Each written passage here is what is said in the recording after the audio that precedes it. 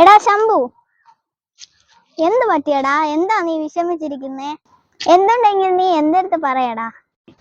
ആരോട് പറഞ്ഞിട്ട് ഒരു കാര്യവുമില്ല. ആർക്കും എന്നെ സഹായിക്കാൻ പറ്റൂല. അതെന്താടാ? അതെന്താ വിഷയം? കൂട്ടുകാരെല്ലാം എന്നെ മണ്ടനെന്നാണ് പറയുന്നത്. ഞാൻ പറയുന്ന വാക്കുകളെല്ലാം മണ്ടത്തരമായി പോകുന്നു. ആർക്കും എന്നെ സഹായിക്കാൻ കഴിയില്ല. അയ്യോ, അങ്ങനെയാണോ? ഞാനൊന്ന് നോക്കട്ടെ. എന്റെ പരിചയത്തിൽ ഒരു ഗുരുജി ഉണ്ട്. ഗുരുജിക്ക് നിന്നെ സഹായിക്കാൻ കഴിയും. വരൂ, നമുക്ക് ഗുരുജിയുടെ അടുക്കൽ പോവാം.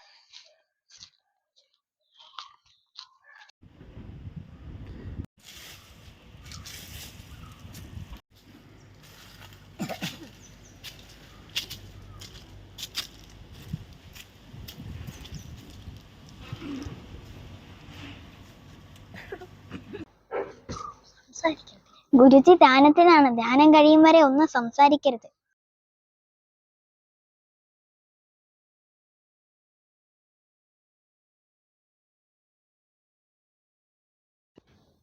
എന്താ മകളെ, എന്താ നിന്റെ ആവശ്യം?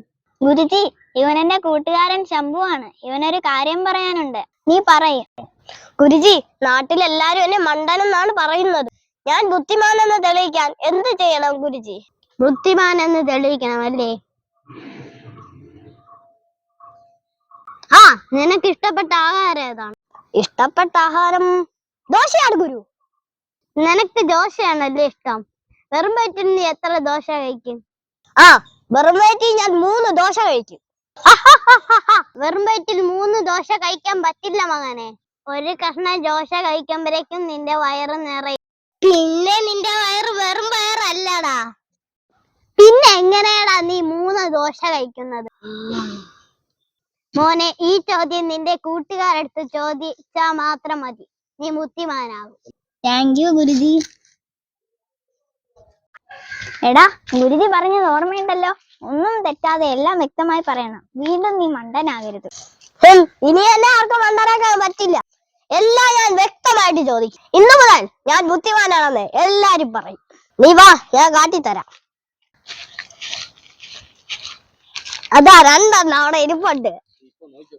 നീ ഇപ്പൊ നോക്കിക്കോ. നോക്കടാ, ആ മണ്ടൻ വരുന്നു. മണ്ടാ, എടാ, ഇന്ന് ഞാൻ മണ്ടനല്ലെന്ന് തെളിയിക്കും.